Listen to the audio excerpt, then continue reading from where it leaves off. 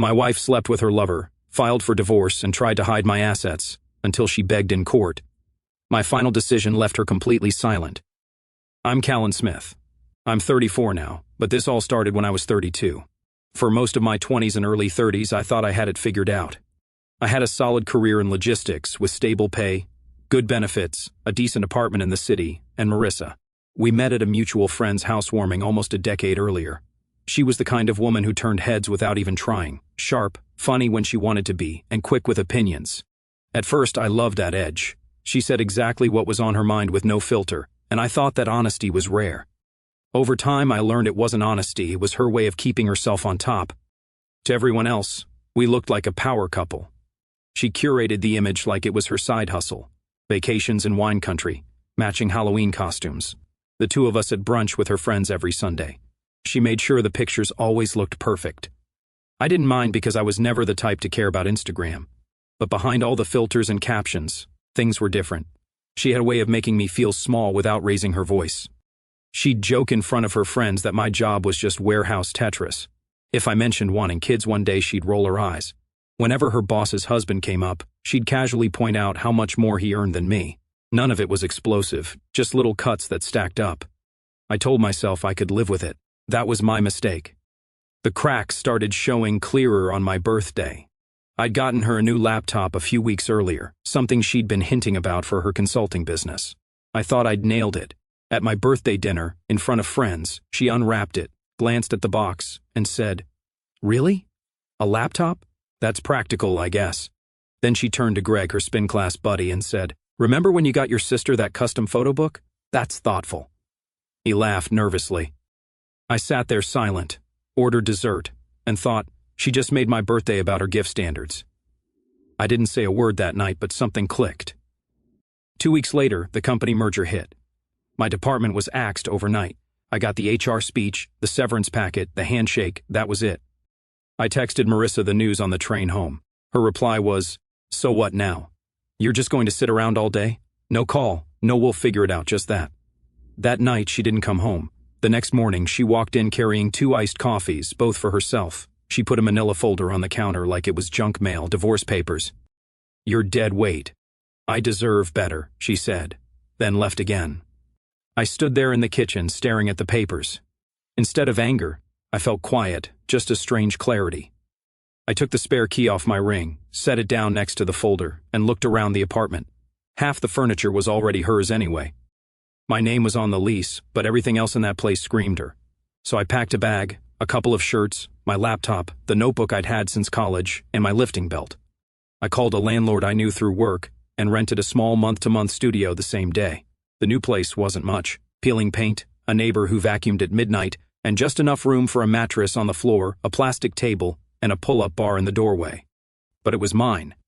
First morning there, I woke up at 5 a.m., did push-ups and squats until my arms shook, ate scrambled eggs and oats, took a cold shower. I sat down with my laptop and started emailing every warehouse contact I could find. I offered to do free on-site efficiency checks. 25 emails before noon, responses logged in a spreadsheet.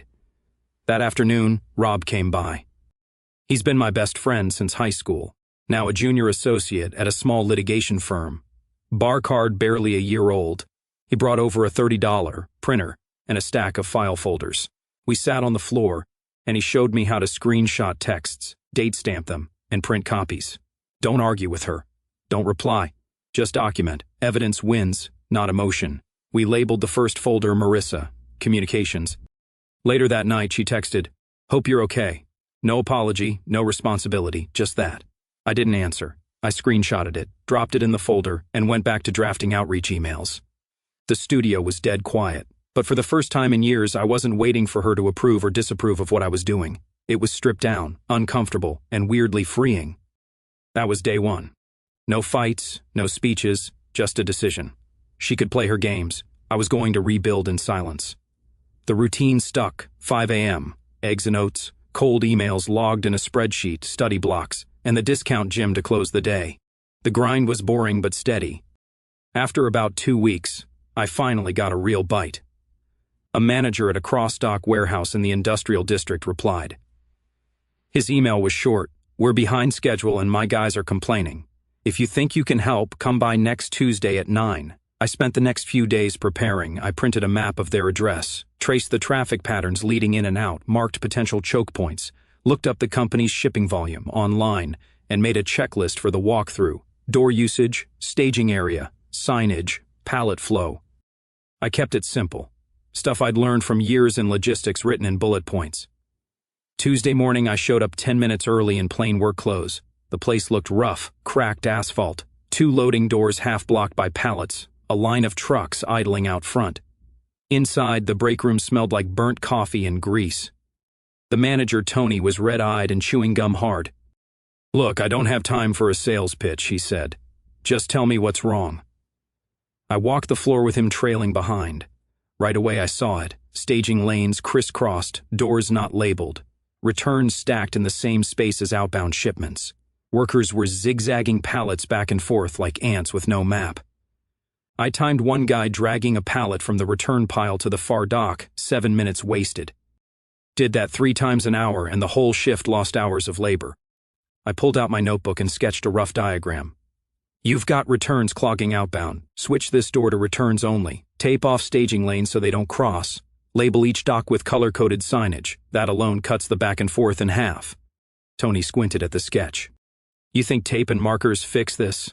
Try it for a week," I said. "If it doesn't help, throw it out. Cost you about $30. He shrugged.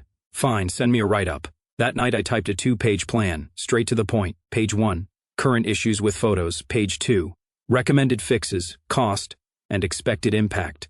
No buzzwords, no fluff. Just do this. It saves X minutes. Sent it off. 3 days later he called. "We tried your layout. Dwell times dropped. Returns aren't choking us anymore. Come back Monday." When I showed up, the workers actually looked less miserable. Tony handed me a small check. 30 days, keep helping, I'll keep paying.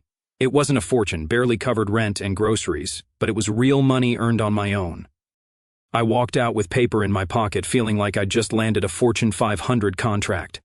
First thing I did was stop at a used office furniture shop, buy a real desk and a chair that didn't squeak, haul them up the narrow stairs of my studio, set them in the corner, and stare at them like trophies. That night, Rob swung by. He saw the desk, smirked, and said, "Big shot now, huh?" I laughed, but he was serious. "Don't lose focus. One pilot isn't stability. Keep stacking them." He pulled out his laptop and reviewed some of the legal documents with me, making sure I wasn't missing deadlines. My cousin Aaron called the next day. He'd served in the Marines, now worked construction. His advice was simple: discipline is easy when things are bad. The test is when it starts getting better. Don't let up. Even my old foreman Miller checked in. He'd heard about the layoff and said, "Keep your head down, make yourself useful, and people will pay." Logistics doesn't care about excuses. I wrote that one down. Between the 3 of them, I had accountability covered. Rob for legal, Aaron for discipline, Miller for experience. That week, Marissa's number lit up my phone again. This time it was sharper. "You'll regret ignoring me." I read it twice, then laughed, screenshotted it, and thought I regretted not having popcorn ready for this performance. I didn't reply. I never did. Instead, I sat at my new desk, opened my spreadsheet, and drafted the next 50 outreach emails. By the time the first pilot wrapped, I had a routine: outreach in the morning, client visits a couple times a week, gym in the evenings. Money wasn't rolling in yet, but it was something. What I didn't expect was how fast Marissa's side came after me legally. Within a week, her lawyer got a temporary injunction, a short order limiting me from moving business funds or signing any new contracts above a small cap until disclosures were complete. It didn't stop me from working, but it put a drag on everything and forced me to keep bigger agreements in draft. Rob came over one night with a folder in hand. "You're not going to like this," he said, dropping it on my desk. It was a settlement proposal drafted by her lawyer. I skimmed through the pages and had to stop halfway to make sure I was reading it right. She wanted the car. Not shocking, it was in her name. She also wanted the apartment, even with my name on the lease. Her lawyer said they'd ask the court to give her exclusive possession until the term ran out. But then I saw the kicker: a demand for aggressive spousal support tied to my future income. Her reasoning was spelled out in black and white. She had sacrificed her best years to support me. I leaned back in the chair. Her best years apparently had an expiration date. Rob smirked but didn't laugh. "Don't sign anything," he said. "This isn't a proposal, it's a cash grab. We'll respond when we're ready." So we built a plan. Rob walked me through discovery worked, what we could ask for, what we'd have to provide, and how to organize everything. We cleared the top shelf of my little metal cabinet and started labeling folders, communications, financials, assets, timelines, each one with tabs and sticky notes. The first thing Rob drilled into me was consistency. Every text, every email, every screenshot printed, dated, filed, every expense related to my work or living situation logged and backed up. Paper trails win cases, he said. I took it seriously. Marissa wasn't quiet on her end either. She kept posting pictures on Instagram like nothing had changed, new clothes, brunches, and one that really caught my attention, a shot of her standing in a condo I didn't recognize, all modern furniture and polished wood floors. The caption read "Fresh Starts." I compared the timestamp of that post to the date she'd served me papers. She'd moved out fast, too fast. Discovery later showed her new lease had been executed a week before I was served, first month's rent and deposit wired 2 days earlier. The timing wasn't grief, it was prep. It got stranger when I noticed Greg's car in the reflection of the window, same spin-class Greg, who'd been her just a friend. That set me digging. I cross-checked Venmo history from when we were still sharing some accounts. Payments from her to her sister kept popping up, notes attached saying things like branding, design work, and consulting. Problem was Marissa's sister was a nurse, no branding business on the side, no consulting gigs. I dug deeper, remembered one vendor name she'd mentioned in passing when bragging about helping Greg with business ideas, looked them up online, found they'd issued invoices to an LLC registered under her sister's name. That didn't add up. I showed Rob. He raised his eyebrows. That's interesting. If she's funneling money through her sister, that's concealment. We can subpoena this. So we did. Rob filed a request for financial disclosures tied to that LLC. Weeks later, the documents came back. Transfers, invoices, payments, all during our separation, most labeled as consulting fees from Greg's company. The total was over $80,000. Rob filed a countersuit for concealment of assets and restitution, and simultaneously moved to dissolve the injunction until the court heard it. I kept my projects under the cap and parked deposits in a segregated account. We weren't shouting, we were just lining up receipts. I flipped through the pages shaking my head. She created a fake business under her sister's name, then ran money through it to hide it. Looks that way, Rob said. And the best part is she left the timestamps right there. No way to spin this as old money or an accident. While Rob built the case, I kept stacking clients. Tony at the Crossstock referred me to a buddy who managed a small distribution center across town. I walked through, pointed out their staging inefficiencies, and gave them the same kind of 2-page plan. They tried it, saw improvement, and signed me for a short-term contract that turned into another referral. Within a month, I had 3 paying clients. Nothing glamorous, small warehouses with dusty floors and tired managers. But every one of them gave me thank you emails. I screenshotted those too, not for court, but to remind myself the work mattered. My deliverables were always the same, simple graphs of before and after dwell times, photos of reorganized lanes, bullet points of savings and hours. No fluff, just proof. The clients respected it because it looked like results, not sales talk. Between the contracts and the subpoena evidence, I felt like the pieces were finally lining up. I wasn't rich, but I wasn't broke. I wasn't shouting or chasing, just documenting and building. About a month earlier, my dad's old business partner had asked me to advise his new startup and said he'd grant me a small block of advisory shares down the line.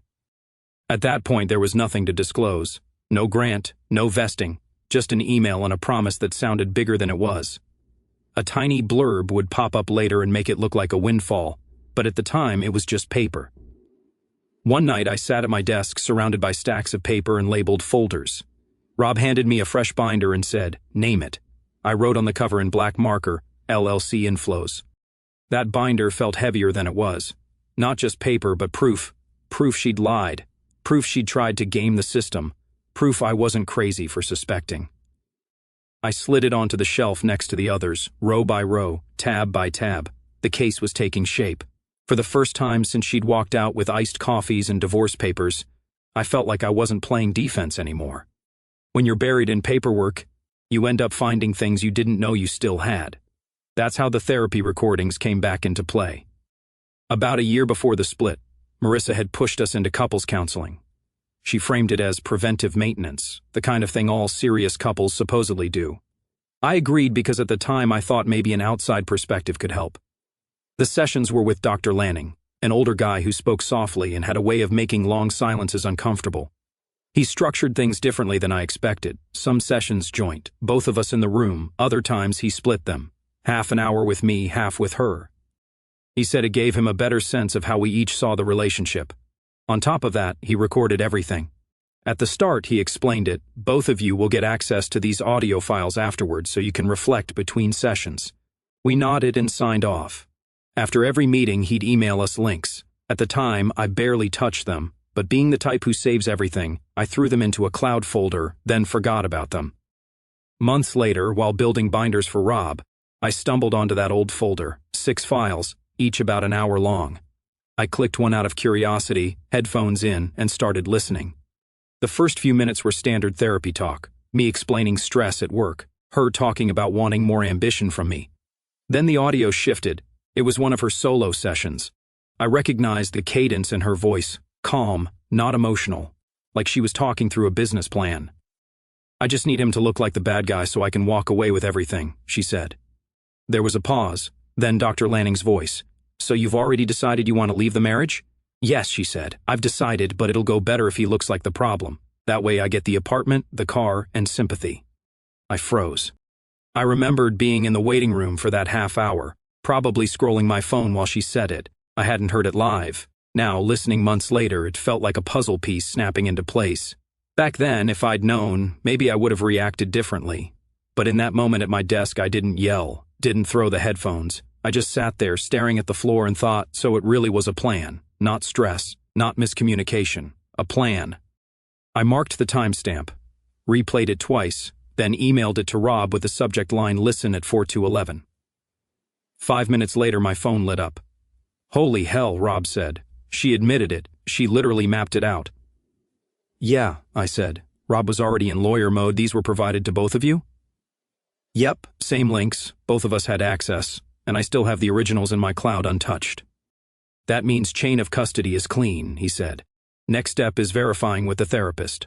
The following week, Rob reached out to Dr. Lanning. To his credit, the man was professional. He confirmed he still had the master files with metadata intact, nothing altered, and yes, both parties were aware of recording. He could certify that. That was all Rob needed. Game changer, Rob told me after. We don't use this to humiliate her. We use it to prove she was negotiating in bad faith from the start. Judges care about intent. While Rob filed the paperwork, I focused on the business side. Referrals kept coming, same playbook, bigger docs, same results. That little email mattered more than the check. It was proof I could deliver real value, not just talk about what I used to do. Right around then, Marissa texted again. This time, it wasn't a throwaway. She wrote, "I'm proud of you. Sorry for everything. Can we talk?" I stared at the message for a moment, then hit screenshot, filed it. I wasn't naive. If she really wanted to reconcile, she wouldn't have hired a shark lawyer to squeeze me for money. Rob appeared as my counsel on the case. His partner signed the filings, but Rob argued the motions. At the next hearing, Rob filed a motion to admit the recordings. He argued it clean. Your Honor, these files show Ms. King wasn't participating in good faith. She was strategizing to manipulate the divorce outcome. Her lawyer objected immediately, claimed private therapy shouldn't be weaponized. The judge wasn't moved. Both parties consented to recordings. Therapist confirmed authenticity and chain of custody. Motion granted. The exhibits weren't sealed, so the admitted audio and transcript excerpts became part of the public record. When we walked out, Rob looked at me with that rare grin he had when things aligned. She thought therapy was her shield. Turns out it's our sword. I didn't celebrate. I went home, cooked chicken and rice, and updated my client's spreadsheet. That was the difference between us. She played games, I stacked proof. Depositions aren't like TV. No shouting, no dramatic slamming of papers, just a table, a recorder, and a lot of questions that sound boring until someone slips. Marissa came in with her lawyer, and a folder she barely looked at. Sunglasses stayed on until she sat down, like she wanted to make an entrance. Rob sat across from her, calm, pen in hand, not even glancing up at the posturing. He started easy, dates, addresses, confirming she'd filed for divorce, confirming she'd requested disclosures. Then he slid one page across the table. Can you explain the purpose of this LLC registered under your sister's name? Her fingers froze on the folder. What LLC? Rob didn't flinch. The one filed May 11th of last year. I have the articles of organization. Your sister is listed as owner, but you're on the lease agreement for its office address. Bank records show deposits tied to this LLC during your separation. Her lawyer jumped in. We object to the characterization. Rob cut him off politely. You'll have your chance. For now, I'm asking the witness. What was the purpose of this LLC? Marissa blinked, licked her lips. It was a consulting thing. Branding, just ideas, consulting for whom? I don't remember. Rob leaned back.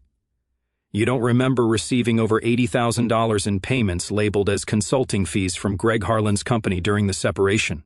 Her lawyer stiffened. She tried to answer, then stopped. I'd have to see the documents. Rob slid the bank statements across. They're here. She didn't speak for 10 full seconds. Finally, I don't recall the specifics. The recorder caught everything. After the deposition wrapped, Rob whispered to me on the way out, she cracked. Even if she backtracks later, the pause alone says plenty. The hearing a week later was a different stage entirely. The courtroom smelled like wood polish and old carpet. Judge Reynolds sat high, glasses low on his nose. Marissa arrived in beige cashmere like she was there for a photo shoot, not litigation. Her lawyer opened strong, arguing I had hidden equity from her during the divorce, referring to the shares I'd received in my father's old partner's startup. They waved around a Forbes blurb as proof I'd been sitting on value the whole time. When it was our turn, Rob stood calm, one hand in his pocket, the other flipping through a binder. Your Honor, let's walk through the timeline. Mr. Smith received those shares 20 to 8 days after the divorce was finalized. At the time of settlement, they had zero liquid value. Meanwhile, he clicked a remote and a screen lit up behind him. Ms. King created an LLC under her sister's name prior to the divorce, funneled over $80,000 into it from a third party, and concealed those assets. The judge looked up, eyebrow raised. Is there documentation? Rob clicked again. Bank statements filled the screen. Yes, Your Honor, and there's more. He paused. We also have authenticated therapy recordings, where Ms. King admitted she intended to make Mr. Smith look like the bad guy so she could walk away with the apartment, the car, and sympathy. The therapist confirmed chain of custody. These were joint counseling sessions with both parties' consent. Marissa shifted in her seat, arms crossed. That's when she lost it. I sacrificed my youth for him, she shouted, cutting off her lawyer mid-sentence. I wasted the best years of my life supporting a man who couldn't even buy me a thoughtful birthday gift, and now he wants to drag me through the mud. The room went silent. Even the clerk stopped typing. Judge Reynolds set his pen down. Ms. King, if you interrupt proceedings again, I will hold you in contempt. Do I make myself clear? She sank back, face tight, but nodded. Rob didn't raise his voice. He didn't need to. He laid out each piece of evidence methodically. Shares granted after the divorce, no omission, LLC created before the divorce. Clear concealment. Recordings, proof of intent. The contrast couldn't have been clearer. One side came with documents, timestamps, and receipts. The other came with outbursts. When Reynolds gave his ruling, his tone was measured but final. The injunction on Mr. Smith's business is lifted immediately. Further, Ms. King's concealment of assets during divorce proceedings constitutes bad faith. She is ordered to pay restitution. I didn't react, no smile, no fist pump, just sat there with a straight face, watching Marissa shrink in her chair. Out of the corner of my eye, I noticed even the bailiff raise an eyebrow like he couldn't believe the meltdown he just witnessed. When the gavel came down, Rob leaned toward me. That's a win. I just nodded. In the hallway afterward, Marissa tried to close the distance. She hurried up, calling my name, her heels clicking against the tile. Callan, can we just talk off the record? I stopped, looked at her, then shook my head. This stays with counsel. Her face hardened like she wasn't used to being told no before she could say more. Rob stepped between us. All communication goes through me. She glared at him, then turned and walked the other way. I watched her go without a word, then followed Rob out the courthouse doors. The ruling didn't end things. If anything, it lit the fuse for the next round. 2 weeks after Judge Reynolds ordered restitution, Rob called me. She's appealing, he said flatly, not to overturn the whole judgment, just to reduce the restitution. The filing claimed the amount would financially ruin her and erase any chance of rebuilding. Her lawyer attached letters from friends, CO workers, even a therapist she'd recently started seeing. Each one painted her as stressed, misunderstood, and genuinely regretful. On appeal, she argued restitution would ruin her. 2 friends flipped. One sent us a sworn note admitting Marissa had planned the optics. Another withdrew rather than sign a false statement. The court let their statements in. Her credibility sagged. Once filings were public, snippets hit local gossip. I didn't engage. Marissa, of course, turned to social media. She posted a picture of herself sipping wine on a balcony with the caption, "Some people forget who built them." The comment section was a mix of fire emojis, sympathy replies, and a few digs. I screenshotted it, saved it in the binder. Meanwhile, the fallout hit her work. She'd been running freelance marketing gigs, relying on personal branding to land clients. One by one, those clients started dropping her. A design agency posted a statement, "We were unaware of ongoing litigation involving Ms. King. We no longer endorse her services." Others quietly removed her from their websites. Her name became toxic in the small circle she worked in. By the end of the quarter, her LLC account had dried up. A month later, she filed for bankruptcy. Rob moved to have the restitution declared non-dischargeable due to fraud, and the court agreed. The judgment survived the bankruptcy. Time didn't wash it away. I just kept stacking contracts on my side.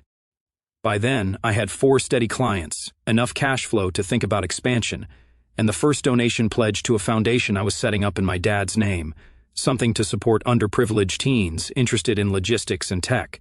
That's where she showed up again. One afternoon, my assistant buzzed me. "There's a woman here asking for 5 minutes. No cameras, no lawyers. She says she doesn't want trouble." I walked out into the lobby. Marissa was standing there, no makeup, hair pulled back, sweater wrinkled, not the polished version she used to parade. She looked smaller, not physically but in presence. She was holding a sealed envelope. When I stopped in front of her, she handed it to me. "Just this," she said quietly. I opened it on the spot. Inside was a photo, our wedding day, sunset on the beach, both of us smiling like we believed it would last. On the back, in her handwriting, "I was wrong about everything. I didn't understand your silence. Now I do." I wouldn't have answered either. I folded the photo, slid it back into the envelope, and looked at her. "I wish you peace," I said. That was all. Her eyes flicked up like she wanted me to say more. I didn't. I turned and walked back into the office. She didn't follow. That night, Rob and I went over the paperwork. He asked if I wanted to enter the note into evidence. I shook my head. "No need. It says more to me than it ever will to a judge." Rob leaned back in his chair. "Then it's just another page in the file called Too Late." He wasn't wrong. The final hearing wasn't supposed to be dramatic. It was scheduled as a procedural wrap-up, finalize restitution, close out the countersuit, sign the last compliance documents. Everyone expected it to be quick. By then, months had passed since the last court date. My business was steady. The foundation had launched its first warehouse workshop, and Rob was buried under his firm's trial calendar. The case felt like background noise, just paperwork waiting to be stamped. But courtrooms have a way of surprising you. Marissa arrived 10 minutes early, no lawyer this time. She couldn't afford one anymore. She represented herself, carrying a thin folder that looked empty compared to Rob's stack of binders. She wore a plain blouse, hair tied back, no jewelry. She looked older than her age, not in years but in weight, the kind that comes from running out of angles. When the judge entered, everyone stood. He glanced at the docket and got right to business. "We are finalizing the matter of restitution and closing the countersuit.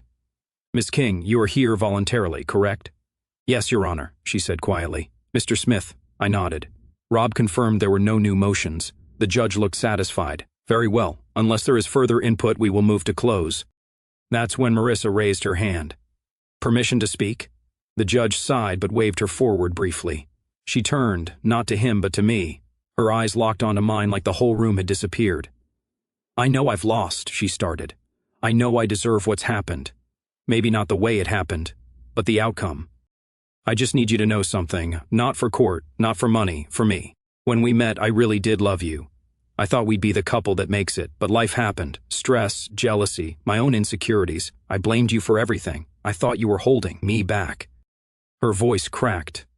"I was wrong about you, about me, about everything." The courtroom was silent. Even the clerk stopped typing. For the first time in years, I really looked at her, and I could see she wasn't lying, not anymore. But it didn't matter because truth that comes too late sounds like fiction. The judge cleared his throat. "Miss King, that's enough. We're here for closure, not speeches." She sat down, wiping her face. The judge signed the documents, stamped the case closed, and hit the gavel. Court adjourned. Everyone stood. I gathered my papers. Marissa stayed seated, staring at me like she was waiting for a word. a nod, anything. I walked past her without stopping, but it wasn't the end. 2 weeks later, a letter came in the mail, no return address. Inside was a single photo of Max, the dog she'd taken. On the back she'd written, "I gave him to a family with a yard. He's happy. Thought you should know. No plea, no manipulation, just that." I filed it away with the rest. By then my company had doubled in size.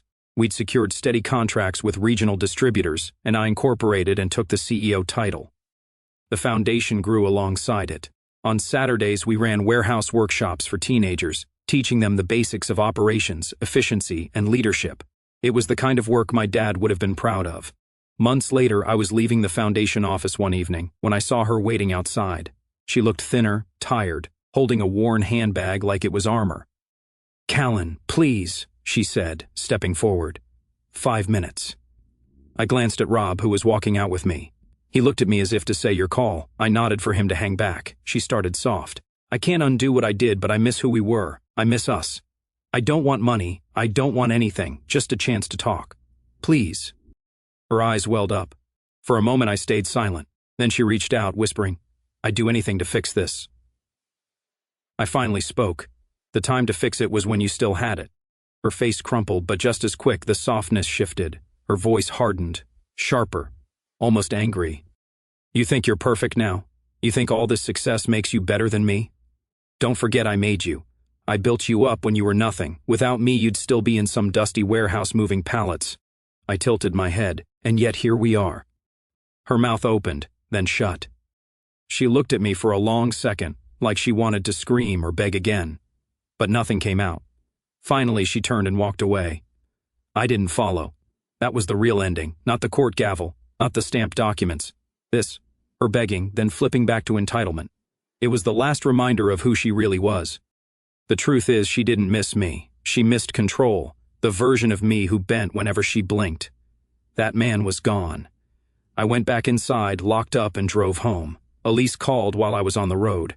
We talked about a book she was reading. Nothing dramatic, nothing heavy.